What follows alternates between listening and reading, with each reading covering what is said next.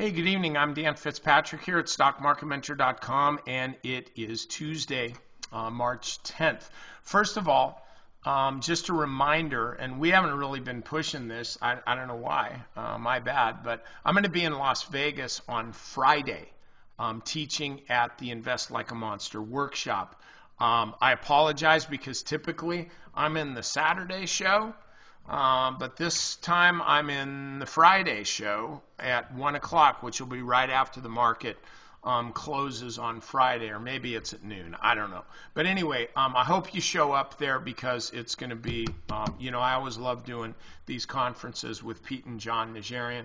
They're nice enough to invite me to every single one. So, and if you want to meet a really nice guy, walk past me and meet my brother Gary.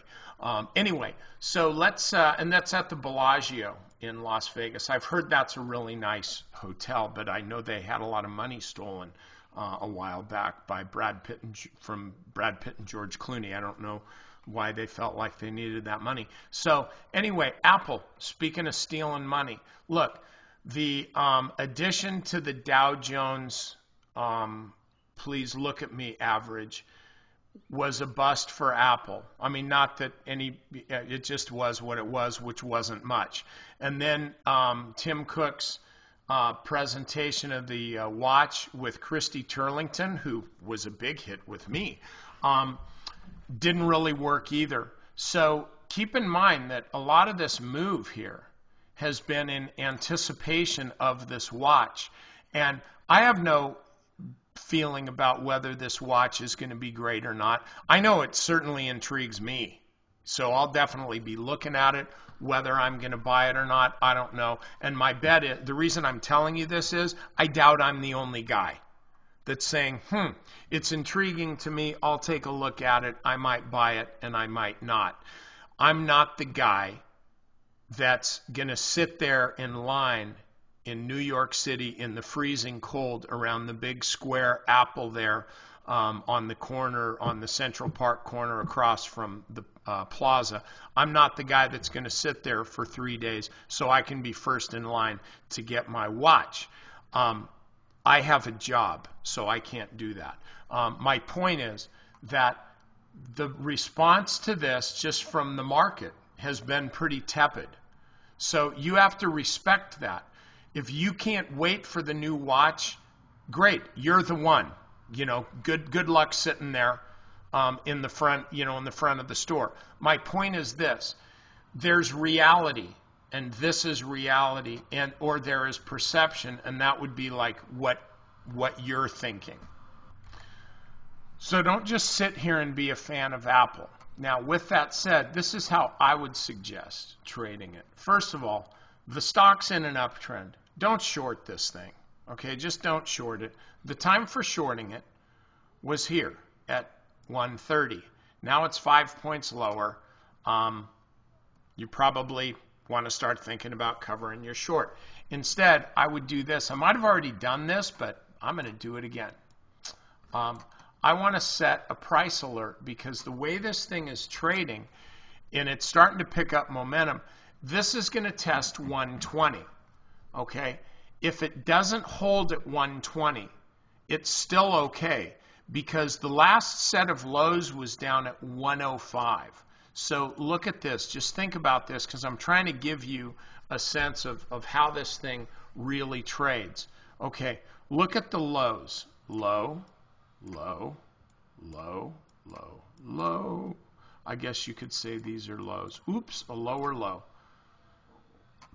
All of these were higher highs. A breakout, big move higher, lower low.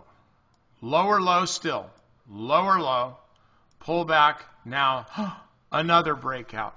Here's my point. The stock could come all the way down to here, and as long as it doesn't go to there, it's still a higher low. You can kind of start connecting this line. So Apple can fall from 125. It can fall basically 20 more points, which is pretty uncomfortable if you bought right up here. It can fall another 20 points and still the uptrend is intact. It's not even into question at all. It can fall to $100. The uptrend would be in question, but my bet is, because it's still Apple, it could fall to $100 and it would be a great buying opportunity. But at 124, not so much. So I would just suggest you stay away from this. Also, laugh factor. People talking about Apple buying Tesla. Can you think of something dumber than to buy a company that, I mean, they make great cars, I know from firsthand experience, but can you think of anything dumber than to spend a bunch of cash like dollar bills on a company? I'm sorry, that's me laughing at this. On a company whose stock is starting to roll over and they're continuing to hemorrhage cash. So that would be one of the dumber things that Tim Cook could do. And by the way, I don't think Tim Cook's done a bunch of dumb things. Far be it from me to even criticize a guy like that. He's the CEO of the largest company in the world. My point is this: don't buy into that crap. Don't buy into Tesla. Don't buy into Apple right now. At 120, maybe. At 110, maybe. Really strongly consider it. At 100, back up the truck, load the boat. Okay, members, I have some real trading tactics for you, some thoughts on process, and it's important to you to forget about all the tickers. If all you get is just some of the things that I'm saying about your process of trading, you've gotten a big pearl, okay?